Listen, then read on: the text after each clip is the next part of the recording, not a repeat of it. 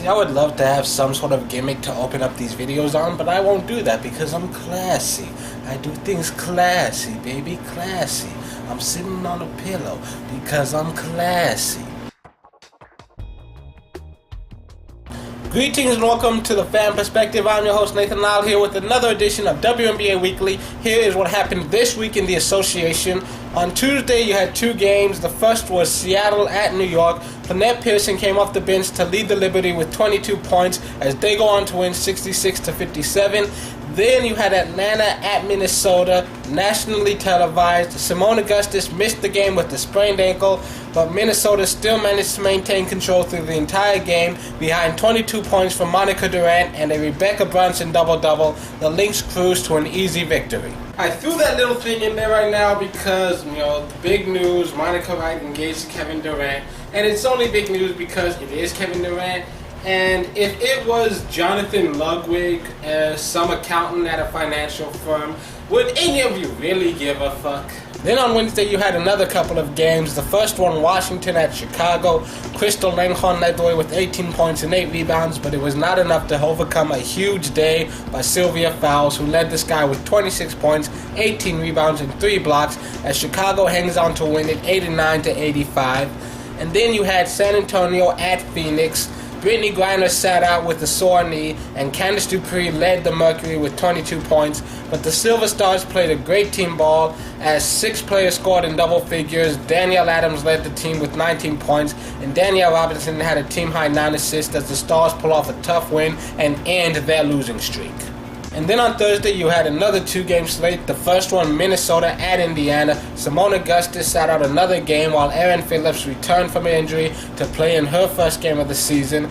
The game was close for most of it, but Minnesota played great defense, and behind 23 points from Lindsay Whalen and 22 from Monica Wright, the Lynx end the Fever's win streak and extend their own run. And then you had Los Angeles at Tulsa, nationally televised, and the Sparks were on fire. Candice Parker had a season-high 30 points. Kristi Tolliver added 25 as the Sparks got their first road win of the season. So after all the excitement of this week's WNBA action, here are the current standings.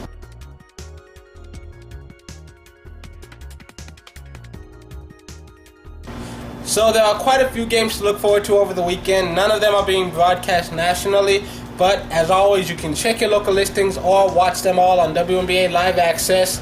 On Friday, you've got a few good games. The first one, Chicago at Connecticut. Sylvia Fowles leads the second-place Sky into Connecticut to face off against Tina Charles and the Sun. This game begins at 7 p.m. Eastern Standard Time. My preview is that Tina Charles versus Sylvia Fowles. It will be fun to watch.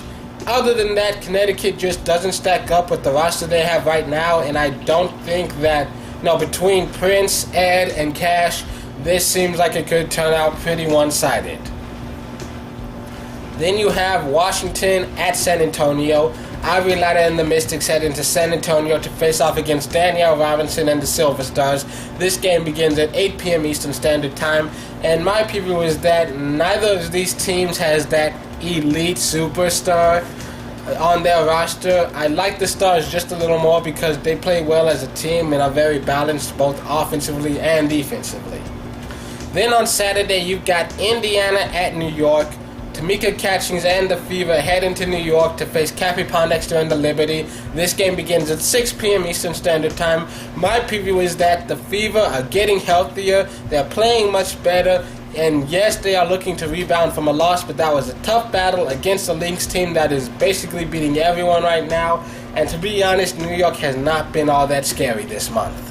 Next, you've got Minnesota at Tulsa. Lindsay Whalen leads the smoking hot Lynx into Tulsa to face Skylar Diggins and the struggling Shock. This game begins at 8 p.m. Eastern Standard Time.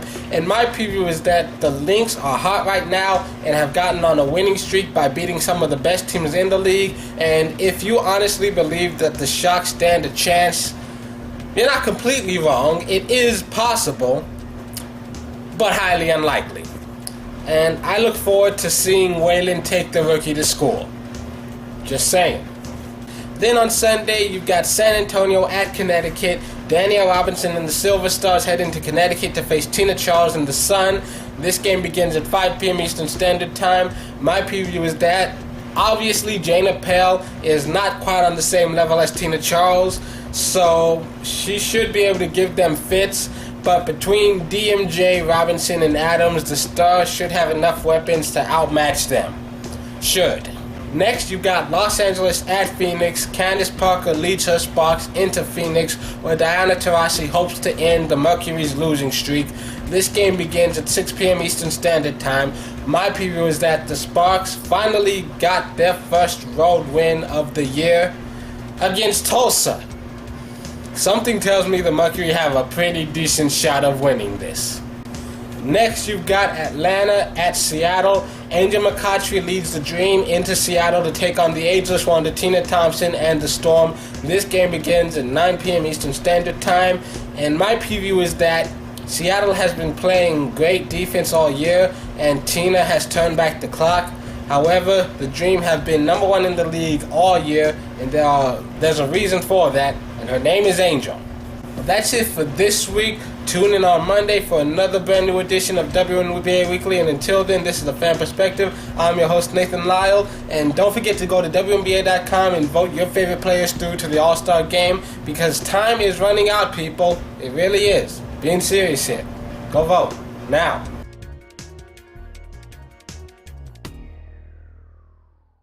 Go open up another window, go to WNBA.com, and vote. You really aren't going to have too many more chances.